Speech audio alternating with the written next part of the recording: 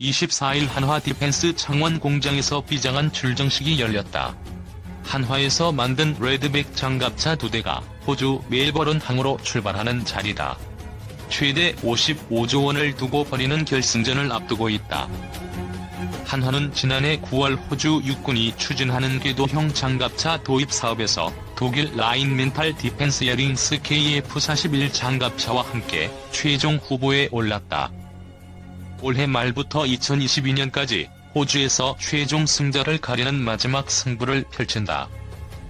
호주군은 이번 사업으로 장갑차 400대를 도입하는 데 사업비는 5조 원 규모다. 하지만 사실상 5조 원을 10배 이상 넘어선 55조 원 사업이라는 평가를 받는다. 이번 호주군 사업의 승자는 내년부터 시작하는 50조 원 규모의 미군 장갑차 사업도 가져갈 가능성이 크기 때문이다. 미국에서 이루어질 본격적인 승부에 앞서 전초전을 치르는 셈이다. 미국과 영국의 방산 기업은 호주군 장갑차 사업의 1차 관문에서 탈락했다. 이에 따라 미국 장갑차 교체 사업에서도 경쟁력을 갖기는 어렵다는 평가다. 한국과 독일은 최대 4천여 대의 브래들리 장갑차를 교체하는 미군 사업에서도 유력 후보로 거론된다.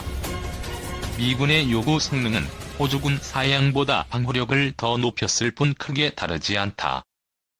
호주 서식하는 독거미 레드백 이름 붙여. 호주는 중국과 러시아의 군사 위협에 대응해 장갑차를 비롯한 군사력 보강에 나서고 있다.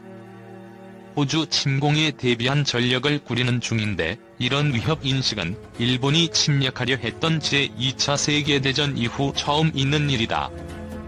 한화는 호주에 서식하는 치명적인 독성을 가진 독거미의 이름인 레드백을 장갑차 이름에 붙였다. 한국에서 호주 독거미를 수출하는 것이다. 레드백 장갑차는 한국군이 도입한 K-21 보병 전투 장갑차를 발전시켰다. 승무원은 3명이고 8명의 보병이 탑승한다. 레드백은 경쟁 장갑차보다 방호력과 기동성에서 모두 뛰어난 성능을 가지고 있다는 평가를 받고 있다.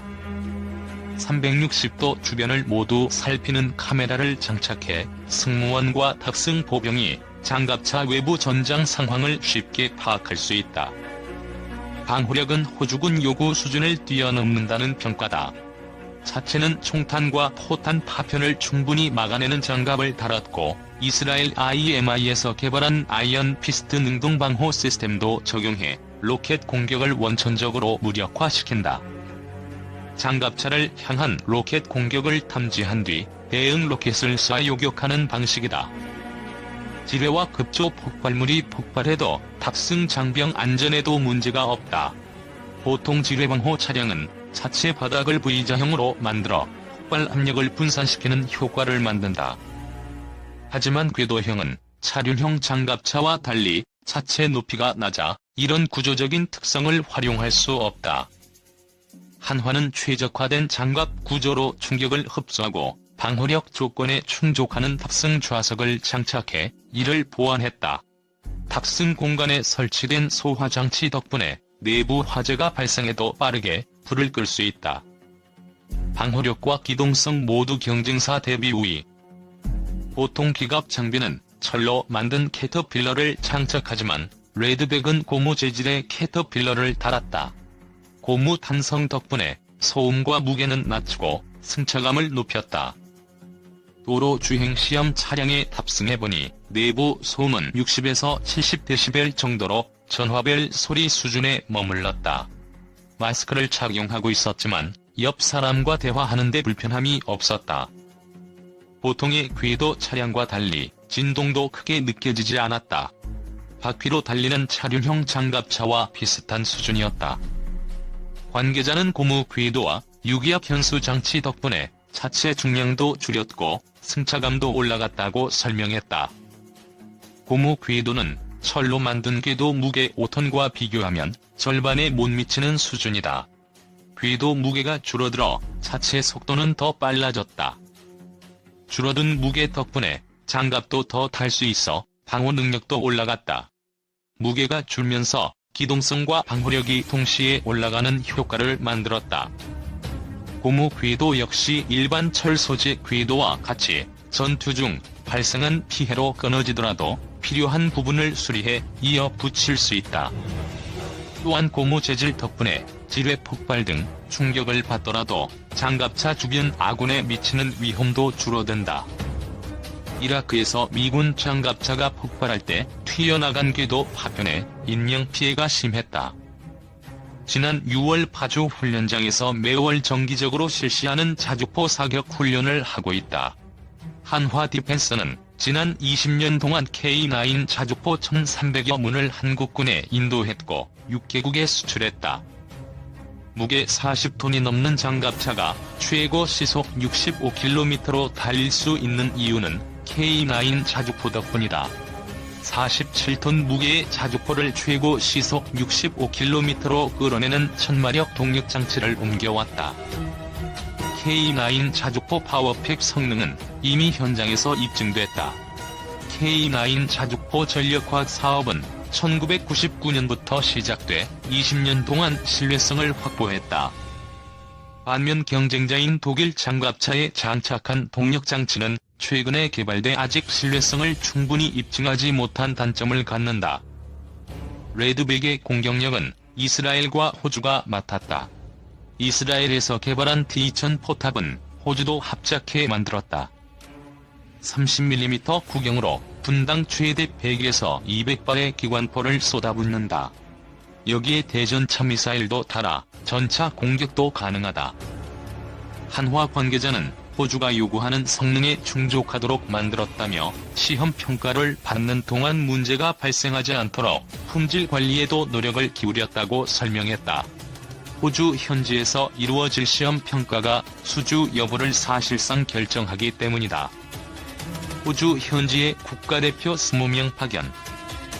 한화는 호주와 본계약 체결에 앞서 450억 규모의 성능 확인을 위한 RMA 계약을 맺고 시제품 3대를 전달하기로 했다.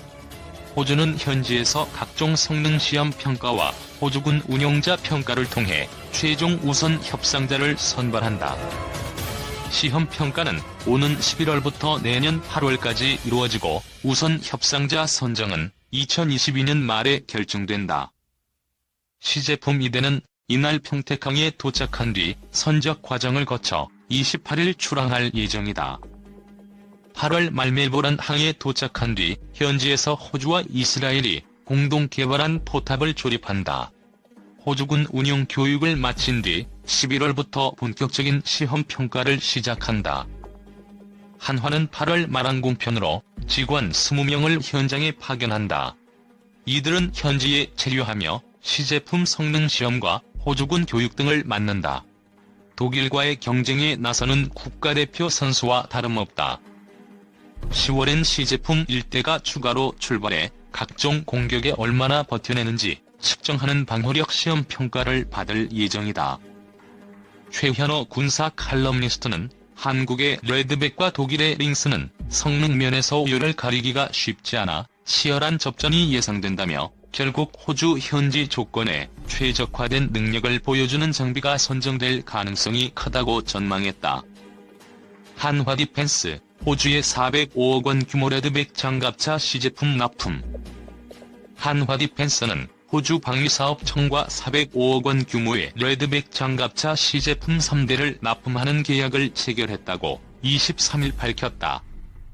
지난달 호주 정부가 미래형 궤도 장갑차 획득 사업에서 한화 레드백과 독일 라인 메탈 디펜스 에링스를 최종 후보로 선정한 데 따른 후속 계약이다.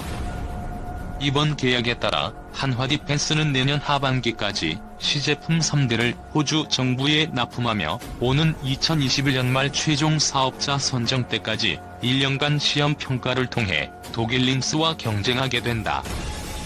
레드백 장갑차는 우리 군에서 이미 검증된 K-21 보병 전투 장갑차 개발 기술과 K9 자주포의 파워팩 솔루션을 기반으로 방호력, 화력 등의 성능을 강화한 미래형 궤도 장갑차다. 호주에서 서식하며 세상에서 가장 강한 독을 가진 거미라고 알려진 붉은 베가부 거미에서 이름을 따왔으며 30mm 포탑과 대전차 미사일, 각종 탐지, 추적 기능과 방어 시스템을 갖췄다.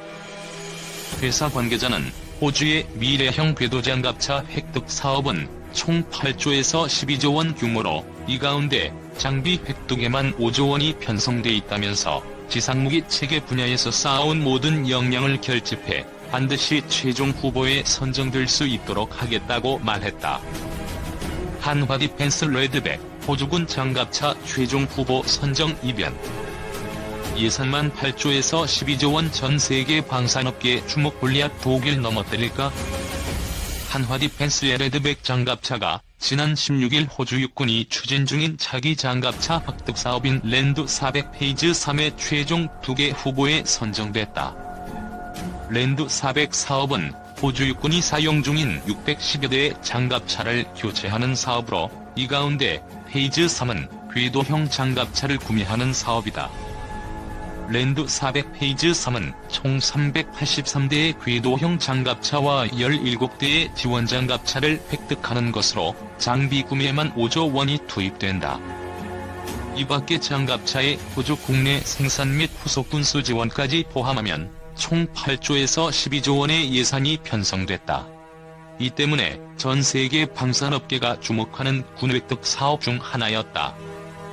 랜드 400 페이즈 3 최종 2개 후보에는 우리나라 한화 디펜스의 레드백 외에 독일 라인 메탈 디펜스의 링스가 최종 후보 장비로 올라갔다. 호주군은 지난 2016년 말부터 랜드 400 사업을 본격화했다. 랜드 400 페이즈 3 사업에는 미국과 유럽의 대표적인 장갑차 생산업체들이 뛰어들었다. 비록 최종 후보에서 떨어졌지만 BAE 시스템스의 CV90 장갑차의 경우 후보군 가운데 가장 많은 1200여 대가 생산됐으며 실전 경험은 물론 유럽 5개국에서 사용되고 있다. 이 밖에 제너럴 다이나믹스의 에이젝스는 영국 육군의 차기 궤도형 장갑차로 선정됐으며 580여 대가 도입될 예정이다. 반면 한화 디펜스의 레드백 장갑차는 우리 육군에서 이미 검증된 K-21 보병 전투 장갑차 개발 기술과 K9 자주포의 파워팩 솔루션을 기반으로 방호력, 화력 등의 성능을 강화한 미래형 궤도 장갑차다. 30mm 포탑, 대전차 미사일, 각종 탐지, 추적 기능과 방어 시스템을 갖췄다. 레드백이라는 이름은 호주 지역에서 서식하며 세상에서 가장 강한 독을 가진 거미라고 알려진 붉은 베가부 거미에서 따왔다. 첨단 기술이 적용되는 최신형 장갑차이지만 다른 후보들에 비해 인지도 면에서 상대적으로 존재감이 적었다. 또 그동안 호주군이 미국과 유럽 방산업체의 장비를 선정했던 것을 생각해보면 한화 디펜스의 레드백 장갑차가 최종 후보에 선정된 것은 한마디로 이변이라고도 할 수 있다. 하지만 최종 후보에 같이 오른 독일 라인 메탈 디펜스의 링스는 만만치 않은 상대다. 마치 다윗과 골리앗의 싸움으로 볼 수도 있다. 독일 라인 메탈 디펜스의 경우 독일을 대표하는 방산업체인 동시에 전 세계적인 인지도를 자랑한다. 특히 지난 2018년 3월 랜드 400 페이즈 2, 즉 호주 육군의 차륜형 장갑차 도입 사업에서 이겨 자사의 복서 차륜형 장갑차 210여 대를 납품할 예정이다. 이와 관련돼 호주 전역의 생산 및 후속 군수 지원과 관련된 광범위한 공급망을 구축 중이다. 한화 디펜스도 만반의 준비를 하고 있다. 한화 디펜스는 호주 포탑 제조사인 EOS사와 팀 한화를 구성해 사업에 참가 중이며 올해 1월 호주법인 설립을 시작으로 현지 전문 인력 채용 등 사업 수주를 위해 대대적인 현지 마케팅을 펼치고 있다. 또 빅토리아 주정부와 협력해 현지 공장 설립을 추진 중으로 호주군 최대 관심사인 자주국방에 부합하는 현지화 전략을 계획하고 있다. 랜드 400 페이즈 3 사업은 최종 후보에 오른 2개 장갑차를 가지고 2020년부터 1년 동안 호주 현지에서 각종 시험 평가를 벌일 예정이며 2022년 장갑차를 최종 선정할 계획이다.